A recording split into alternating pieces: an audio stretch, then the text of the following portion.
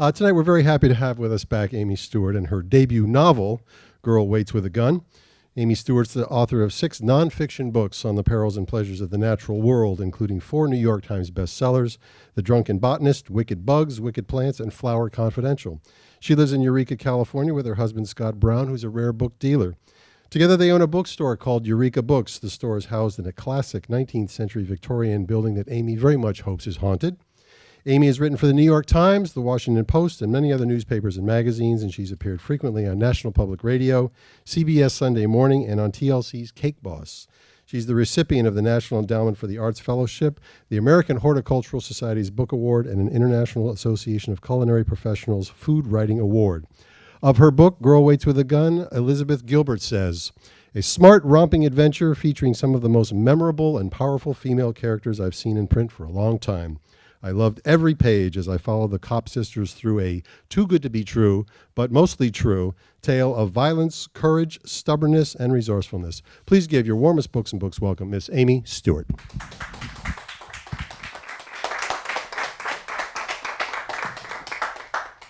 Thank you. How's your drinks? Did anybody? Yeah, good. Okay. I should tell you about the drink. There's a story here. My last book, The Drunken Botanist, was all about all the plants that we turn into booze. And so it made sense that we serve cocktails on that book tour. And what I found out is when you serve drinks, people totally show up to your events because there's free drinks. And I thought, well, all right, we're just going to do this from now on. I don't care what the book is about. There's just always going to be a drink.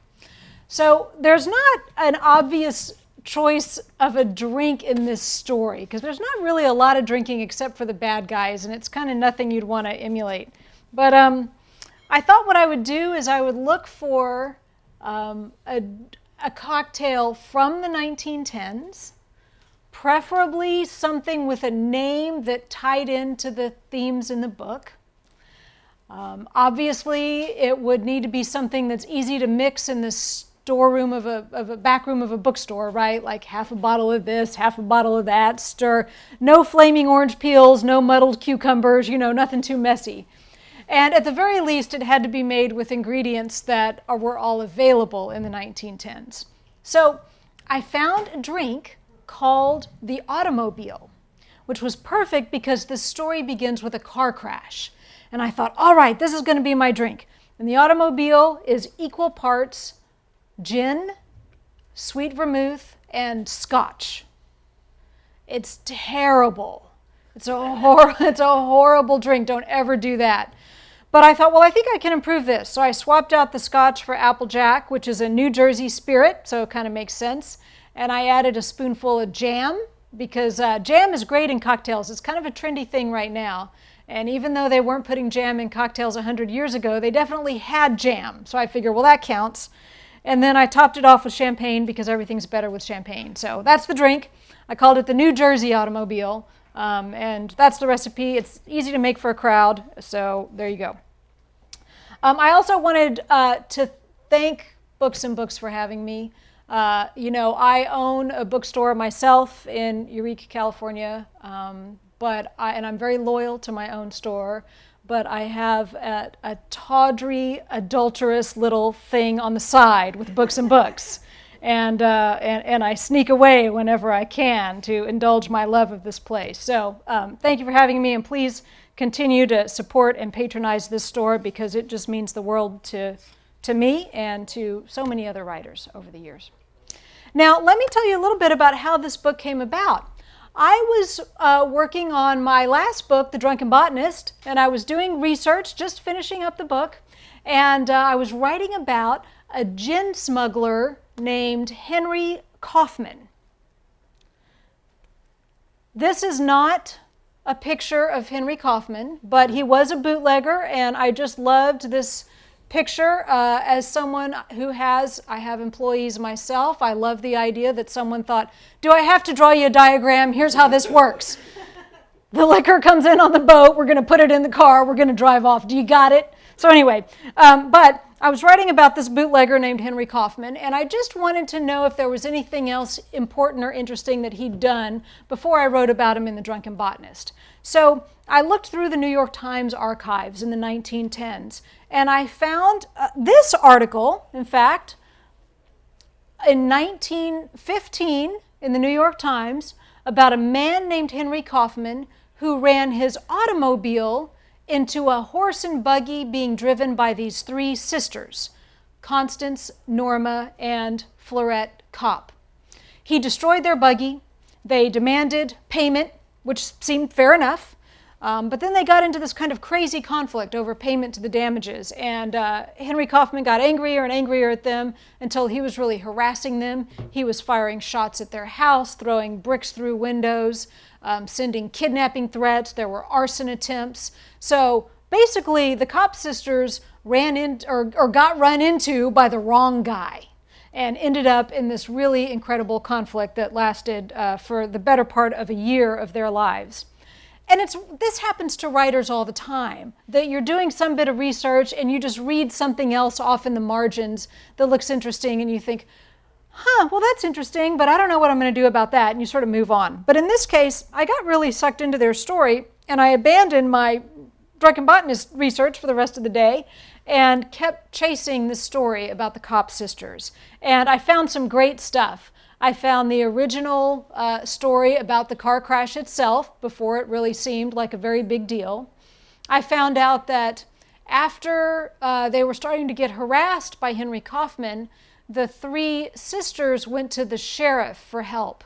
Sheriff Robert Heath was the guy who agreed to help them after several other people in law enforcement refused to. And his way of helping them, his idea of how to go after this guy was to issue revolvers to all three sisters.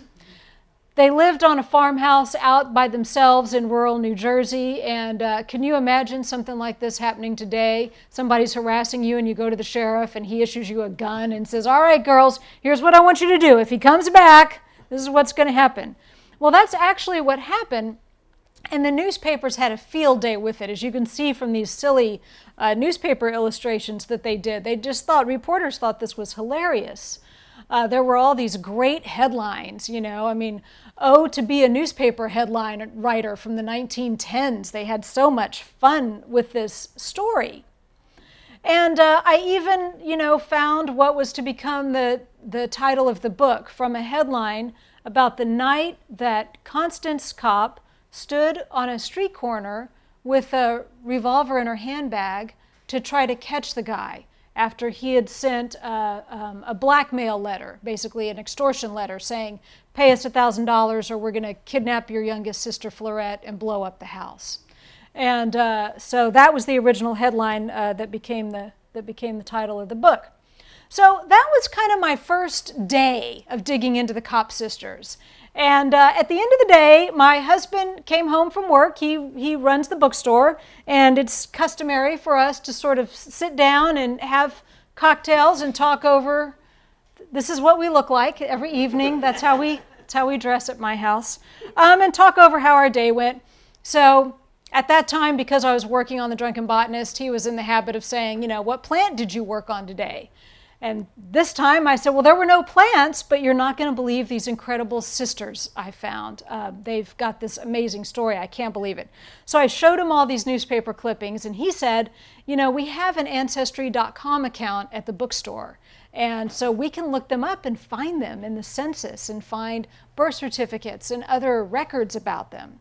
So that's how we spent the evening. And it really is something that felt kind of like a treasure hunt, starting to dig through all of these records and put together their lives little by little.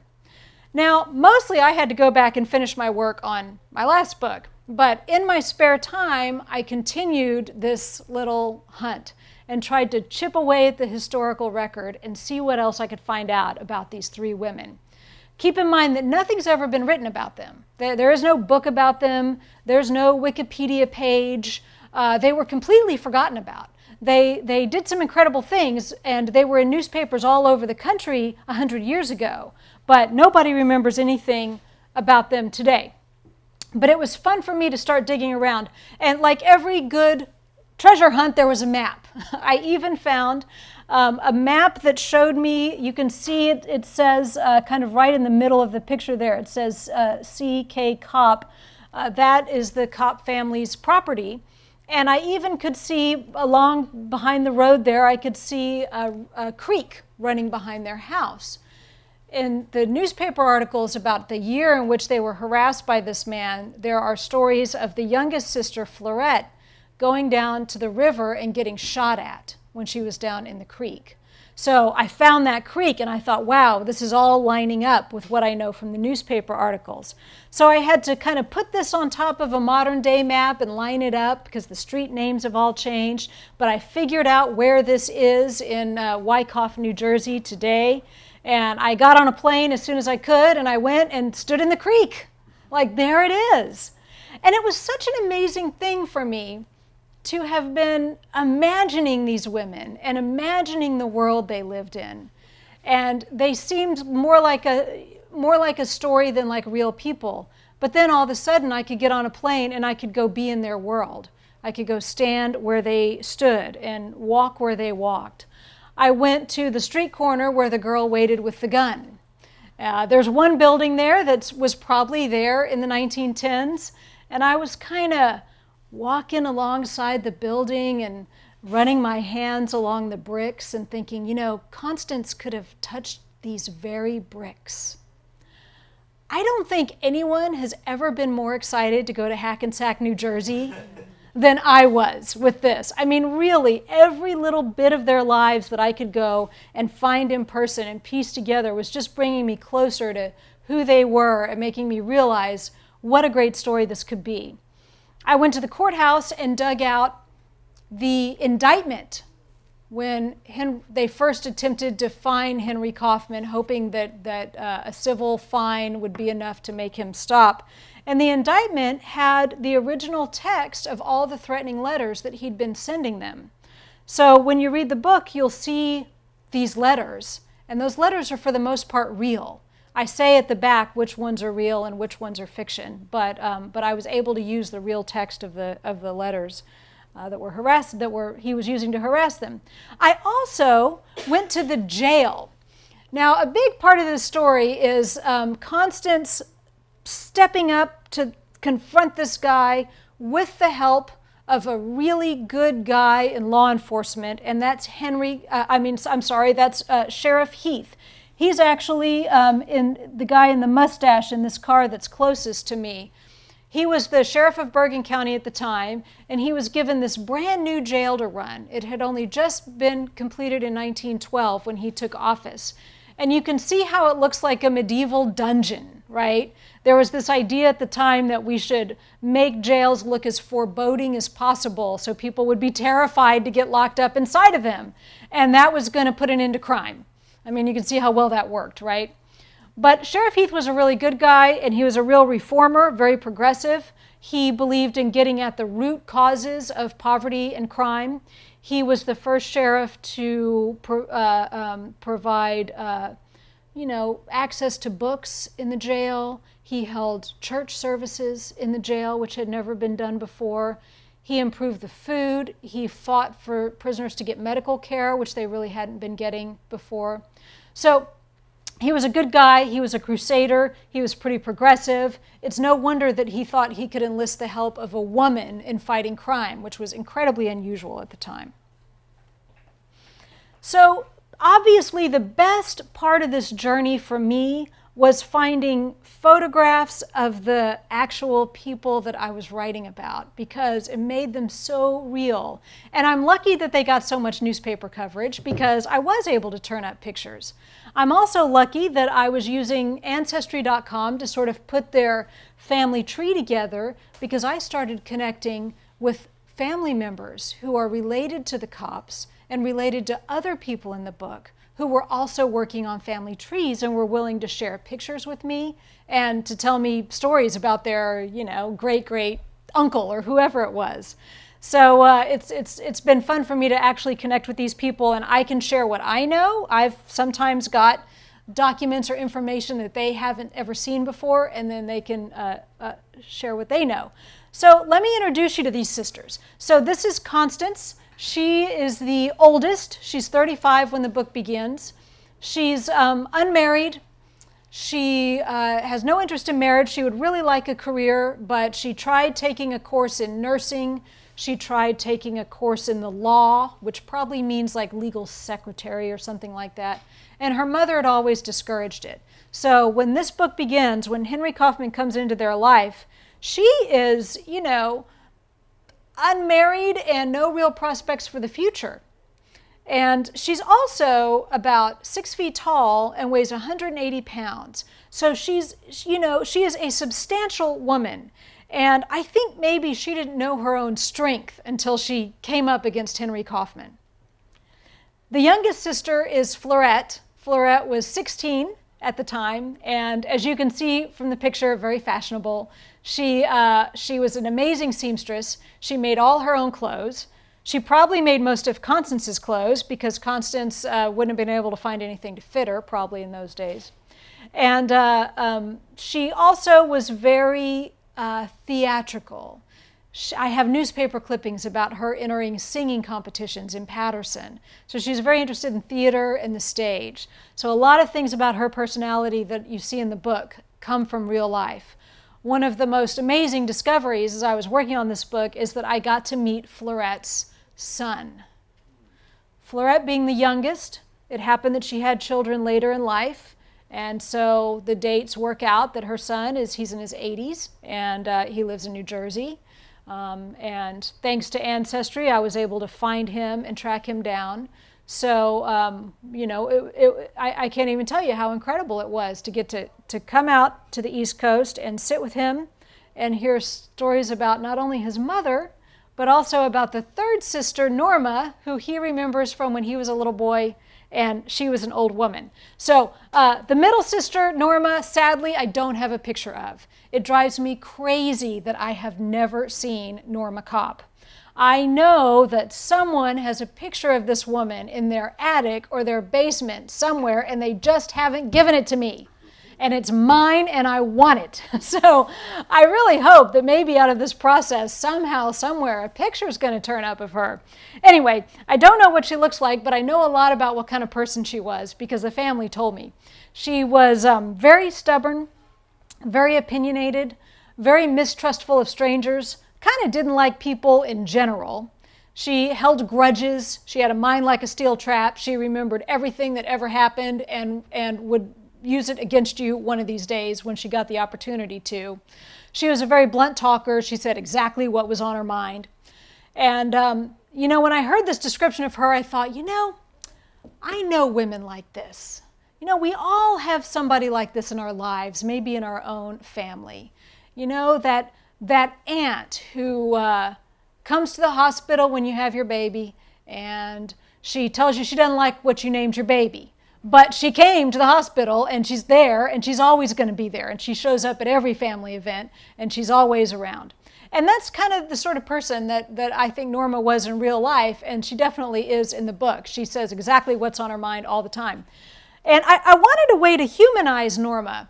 When I thought about that kind of person and the women I know who are like that, I thought, people who don't like other people very much tend to really like animals. They've got a little dog that they love, even if they don't like you. So I wanted to do something like that, but I didn't want to give her a little dog. So what I did is I gave her carrier pigeons. Technology of the future. In those days, in 1914, it would have been entirely reasonable for Norma to believe that telephones were never going to catch on because nobody's going to string wires all across the country. And besides, you can't have a private conversation on the phone because the operator's always listening in. And telegraphs, same problem. There's two operators on either end who are reading every message. So the only secure, reliable form of communication is obviously carrier pigeons. Now, ironically, we're starting to figure out today that actually might still be true. So It was a great excuse for me to learn a lot about carrier pigeon technology back in the day. There are these things called pigeon clocks that they would use to track the flight speed of pigeons and like that. So Norma's very interested in her pigeons and is not so interested in outsiders, does not like Henry Kaufman, does not particularly care for Sheriff Heath, and would like things to go back the way they were. Here you can see Constance and Fleurette together. So you can see that Constance was big. Fleurette was about 5'2" in heels, very petite and pretty her whole life.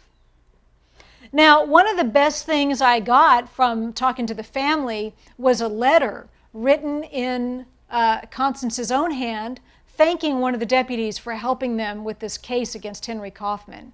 And it was so amazing to get to see her handwriting and to read her in her own words, and most of all to get her signature. You know, I think there's something so personal about how people write their names, and to be able to see that, I just loved. I loved it so much that I actually have a rubber stamp with Constance's signature on it, and if you want a book signed by Constance, you can get one. I'm signing on her behalf. Let's see, a few other people that I'll just show you. Sheriff Heath, this is a little bit better picture of him. Again, really a good guy. He took a lot of flack for his positions. He was always having to defend his decisions against the Board of Freeholders who didn't like what he was trying to do. But I think a very decent, kind, and fundamentally good person. I have transcripts of speeches that he gave at conferences on the prison system. So I have him in his own words talking about his ideas, which really informed kind of how I wrote about him. I also have a picture of the county prosecutor, John Corder, who refused to help them. This is the guy they first turned to for help, and he said, "Don't you girls have a father or a brother or somebody who can help you out? Why are you bothering me with this?" You know, you have to understand that Henry Kaufman, the man who ran into them and was harassing them, Henry Kaufman owned a silk dyeing factory in Paterson, New Jersey. At this time, Paterson was entirely a town of silk mills, and it was really run by these factory owners. And they were very powerful. They had the police in their pocket. They had the courts in their pocket, and nobody wanted to go up against them. So Corder refused to go up against them. The thing that's starting to happen now that the book is out and I'm out talking about it is I'm really starting to make connections with people who might have some connection with this story. So a few nights ago, I was in New Jersey, and a woman came up to me after the talk and she said, "You know, my husband is named John Corder, and his whole family, they're all Corders, and they're all from this part of the world. Do you think it's the same guy?" And I said, "Well, I don't know, but let's exchange email addresses and I'll tell you what I know about my guy and we'll figure it out." And I said, I have to warn you though, he's the villain in all of this. So I think I may need to apologize to you because he's really the bad guy. I don't show him any mercy. He really has no redeeming qualities in all of this. He was pretty heartless. And she said, "Oh no, that sounds like my husband's family. I think that's the guy." So this guy, John Ward, is a lawyer who had a lot of dealings with the Kopp sisters and with Sheriff Heath over the years. And even though he wasn't involved in the events in this book, I put him in here fictionally. But in real life, we're going to see more of him in future books, and he really was involved. I got these pictures from his family. I love his face. I felt like I just knew what kind of guy he was just from looking at that pipe sticking out of his mouth and that expression. And the woman in the boat is his soon-to-be ex-wife.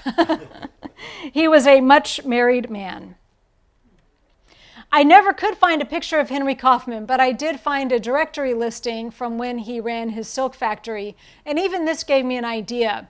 I knew that Henry Kaufman was in business with his brother, but there's these two Garfinkels listed as being helping to run the business. And I thought, oh, well, I wonder if maybe it wasn't his brother, but his brother-in-law. Maybe it's his sister and his sister's husband, and that's the two Garfinkels. So when you read the book, you'll get to know Henry Kaufman's sister, Marion Garfinkel, who is fed up with Henry Kaufman, fed up with his drinking and his carousing and his driving around in his fast car and running into people, and his gang of thugs that he hangs out with, and playing cards and gambling and running the family business into the ground. She's fed up with all of it. And although she's fiction, she was inspired by this little hint as I wondered about who these other people were who were in business with him. And let's see, this picture is not necessarily Henry Kaufman's factory, but it's one very much like his. So he ran a silk dyeing factory. So the silk was all being made and woven and spun there in Paterson, but then it would come to these places to be dyed. And one interesting thing I found out is that they would dye it, but they would also add these other substances and chemicals to the dye that would simply make the fabric heavier. And it's because they sold it by the pound. And the stuff that they put on this fabric, because cheap silk, would kind of flake off your dress. Like it would sort of come off after a while. So anyway, his factory would have looked something like this. And when you read the scenes that take place in his factory, it was based almost entirely on finding this picture. Now, I learned a very interesting thing as I was researching the silk industry. There were these huge strikes that went on in Paterson, New Jersey the year before my book begins. The Paterson silk strikes of 1913 were a huge moment in the American labor movement. The IWW, the Industrial Workers of the World, the Wobblies, were there organizing. The factory workers were very upset because their bosses were telling them they had to work longer hours and they had to operate 4 looms at a time instead of 2, but they were going to get pretty much the same wage. So they were no idiots. They realized right away that they were going to work harder, and the factory owners were going to make more money, but they weren't going to share those profits with the workers who earned the money for them. I realize this has no relevance today and probably doesn't sound at all familiar to you, but anyway, that's what was going on. The workers went on strike. They were on strike for 6 months with no income and no way to feed themselves and their families. So the union set up these relief tents out in the streets, and you could come and get food every day, but the tents were always running out of food. So the union organized for the children of the strikers to be sent into New York to live with families who were sympathetic to the cause. So these children were evacuated out of Paterson. You see the little notes pinned to their coats, just going off to live with complete strangers until their parents could afford to bring him back and feed him again. Could you imagine having to do that with your kids?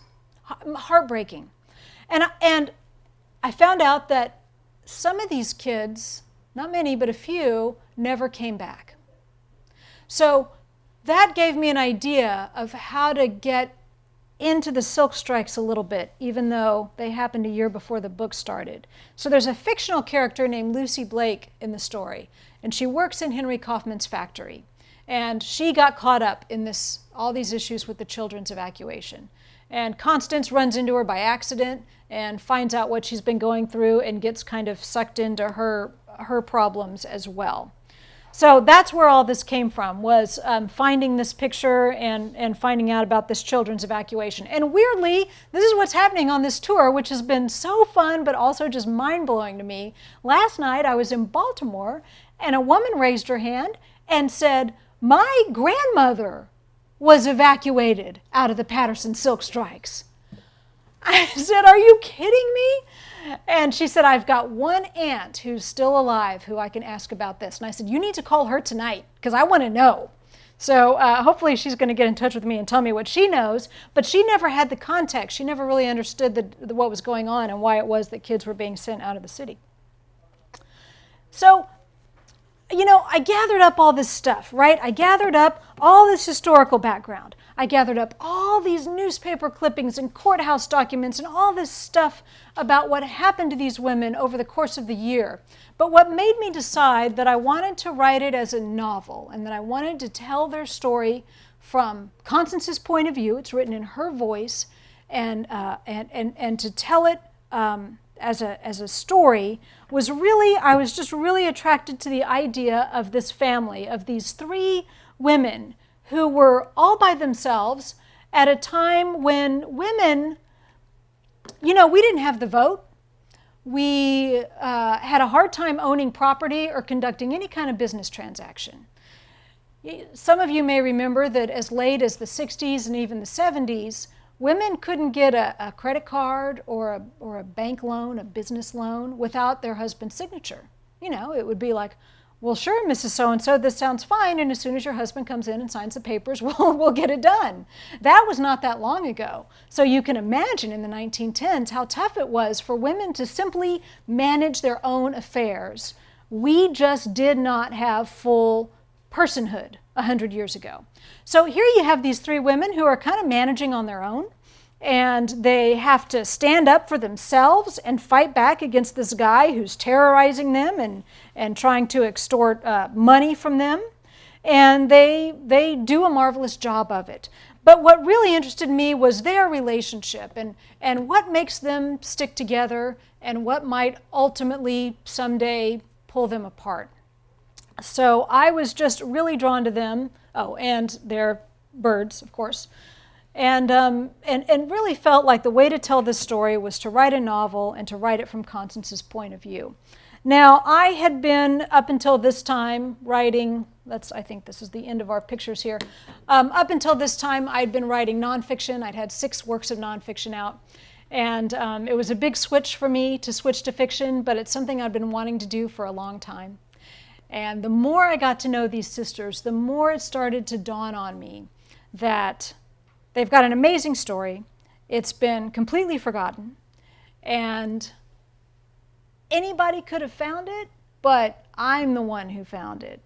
And I started to feel obligated to them.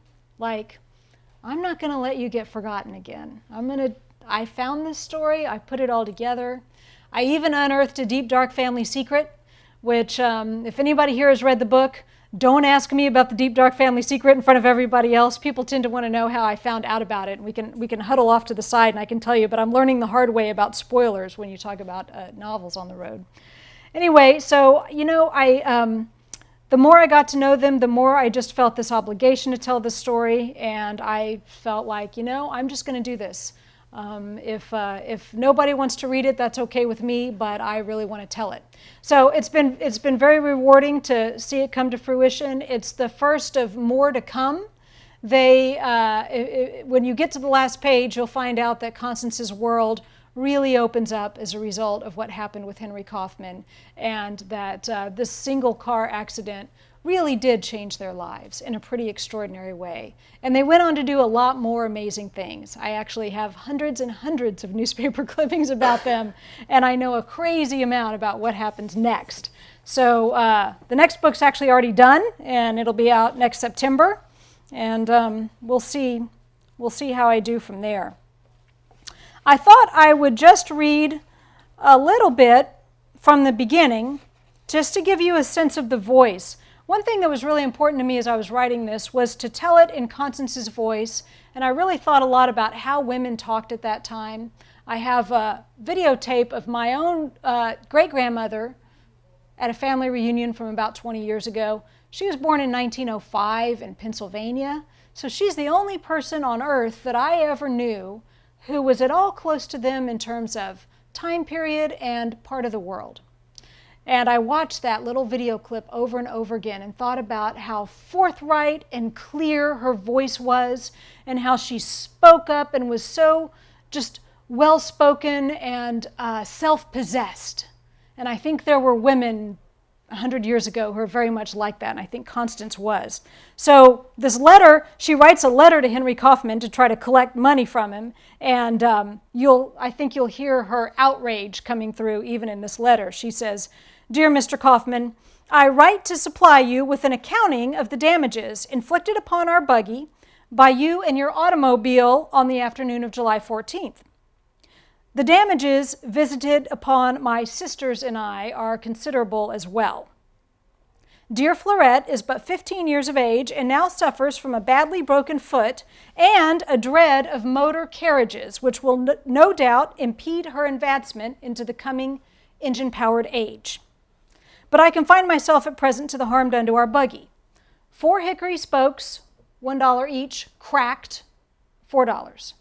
1 carriage lamp smashed, $3. 1 whip socket dislodged and lost in the commotion, $1. 1 oak panel splintered to bits, $8. 1 complete hood assembly bent beyond repair, $10. Assembly and reattachment of disparate pieces, $24. Total, due in full promptly upon receipt, as we are at present without a buggy, $50.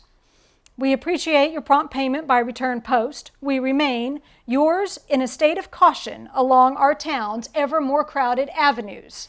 Mrs. Constance, Norma, and Florette Kopp.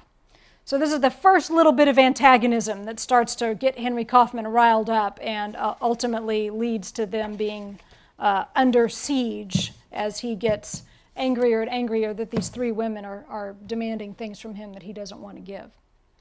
Well, I think that I will stop there and maybe we can do some questions. And, oh, thanks.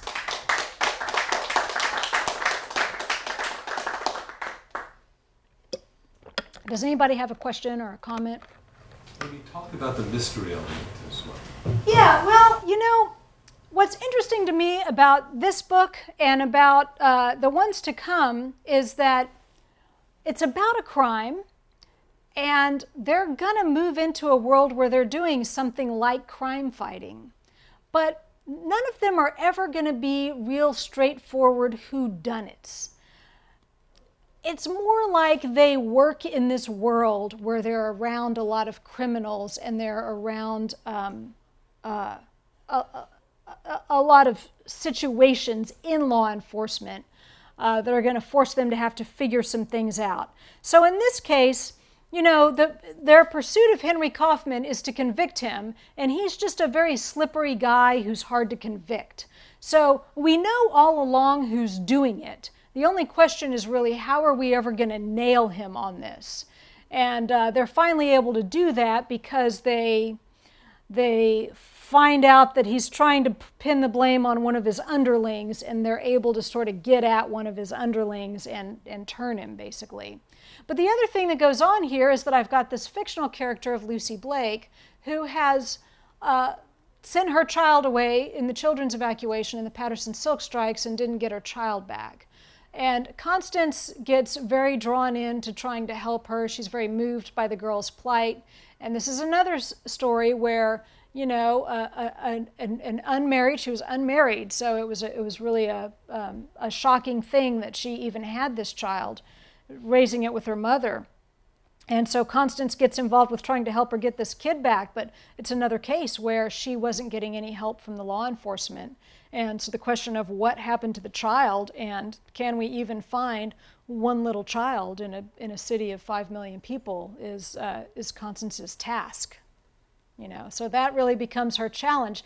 Now, what I think is going to happen with these books, you know, their story has a big beginning and a middle and an end that I think takes several books to tell. We'll see how many I get away with writing. It's going to depend on if my publisher is going to continue to put up with this. But I think about it like I think about these great TV series that we're also sucked into, you know, like Justified or you know, or Mad Men or something like that, where there's an overarching arc. But particularly with The Wire, you know, in every season, their world sort of changes a little bit.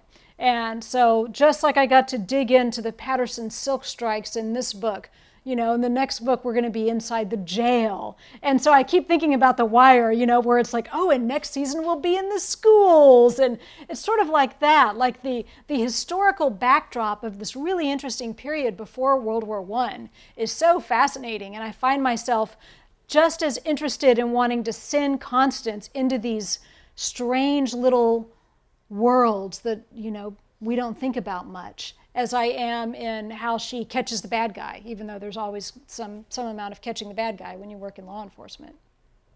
So, yeah, what else? I was wondering, how did the 3 sisters, the oldest of them was only 35, Yeah. find themselves by themselves in this rural part of Patterson? Well, you know, they were raised in Brooklyn. In real life, they were raised in Brooklyn, and a family secret sent them into hiding. I won't spoil what happened, but something happened that sent them out of town, and they ended up on this farm in New Jersey. In real life, their mother was still alive. She died a few years after the events in this book took place. And I found 4 women under one roof to be impossible to manage. And I had to say to Mrs. Kopp, I'm sorry, but we're actually sending you to an early grave with apologies. So in the book, their mother has already died, and they're on their own. They weren't completely without resources. They had a little inheritance. They had land, and they were selling off their land a few acres at a time to make some money. So, but it wasn't going to last forever. So I don't know really what their future would have been had this not happened and come along and sort of turned their world upside down and changed everything for them. Yeah. Anything else? Yeah. I understand that you met Florette's son. Yes. So did you meet other family members, and was he excited that you were doing a book about his family? Yeah, so what about meeting the family members? The first family members that I tracked down were, these 3 sisters had an older brother, and the older brother had kids. So I found the grandson of their brother. So he had grown up, this grandson, who's now in his 60s and living in Pennsylvania, he had grown up hearing stories about his amazing great aunts. And he had always thought that they sounded like the Charlie's Angels of the 1910s. That's what he said when I got on the phone with him for the first time. Now, I was very nervous about approaching them. I could only imagine how it would have felt if someone got in touch with me and said they were writing a book about my great-grandmother. And of course, there's, especially because it's fiction, right? So I found out as much as I could about them in real life, but then I had to sort of explain to the family, you know, I have to change some things. Bad things have to happen to them. They have to have flaws. They have to make mistakes. There has to be some drama. So they're going to look kind of like your family members, but kind of not. And also, there's going to be more people involved. You know, it's just me right now, but someday there's going to be an editor, there's going to be other people who have ideas, and this thing's going to get bigger than just me. And they've been terrific. They've been so willing to share what they knew, really glad to have what I had, because I was able to give them not just the names of their great-grandparents and great-great-grandparents, but in some cases marriage certificates with their signatures. So to see your great-great-grandfather signing his name when he was a young man. I traced him back to Austria and Czechoslovakia, where they're from. So they have some family history out of it, and a fuller understanding of what these women were up to at the time. So it's been a huge relief. And the same with Florette's son, who, of course, you know, what I had to say to everyone in the family is, I love them too, and I'm going to treat them with respect. Like, I have a lot of love for these people, and I don't want to turn them into serial killers. So they're going to be different, but they're not going to be terrible. I'm not going to disparage them because I love them too much for that. I couldn't devote my life to this if I didn't. So it's been good. The son, Florette's son, has read it, and he says, "Oh, it's interesting to see where you stuck to the facts and where you veered off into fiction." So it's been nice. Yeah. Was he aware of all of this prior to your communication with him? Yeah, that's a very good question. How much did Florette's son know? You know, think about it for a minute. How much do you know about your parents' life from before you were born? It would take me about 5 minutes to say is everything I knew, probably. Even though, I mean, I can ask my parents anytime. But so no, there were things that he didn't know, or he just didn't have this level of detail about. But he knew a lot of things that I didn't know, and he was able to fill in a lot of blanks, and he was able to give me a lot of other names that once I went looking for them in newspaper archives, I found other things that the cops had gotten involved in. So, yeah, it was an interesting exchange of information. The family secret is something that we were able to put together because he kind of knew half of it and I kind of knew half of it. And when we came together, we finally figured out what had been going on. So that was pretty incredible. Yeah, yeah. Do you have to wait until everyone in Hollywood has read the book before you get a call about the chance of perhaps making this a movie? Because it sounds like three characters that would just really come out on, be right, yeah. you know what I'm saying? Just Yeah. Yeah, right. Hollywood. There was I did an interview with Steve Inskeep on Morning Edition a week ago, Monday, and the phone really started ringing after that.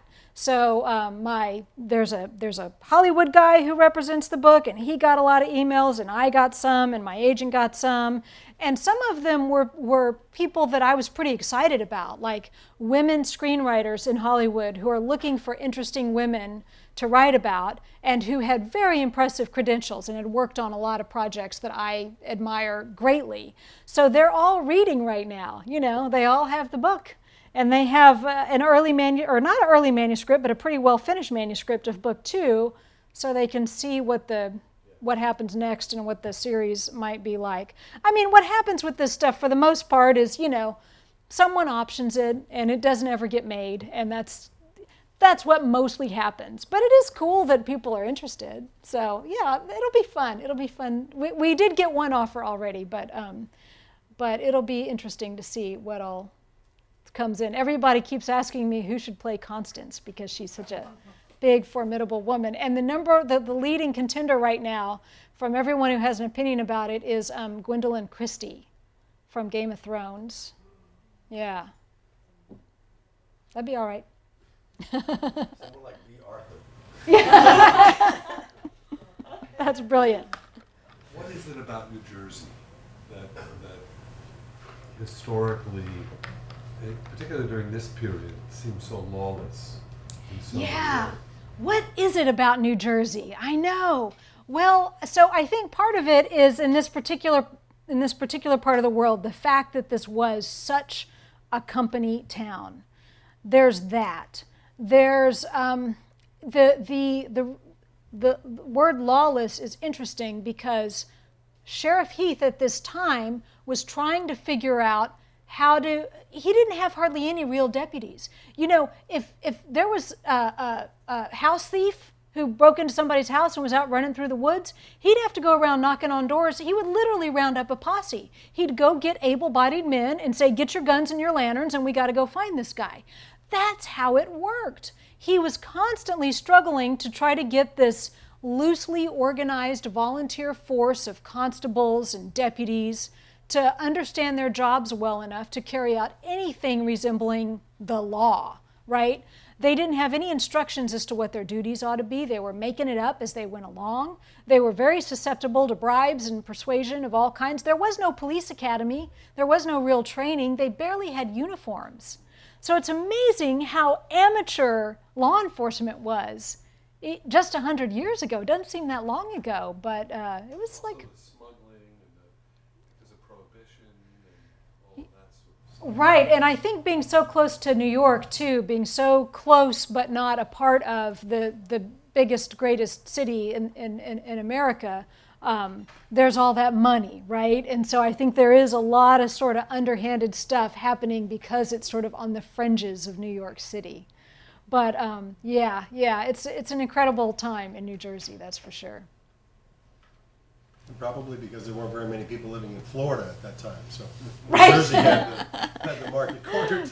Yes, the Floridians had not yet gone to Florida. Yeah, I'm sure New Jersey became a little more civilized once some folks came down here. Is that right? All the New Jerseyans. That's right, exactly. Yeah, all right.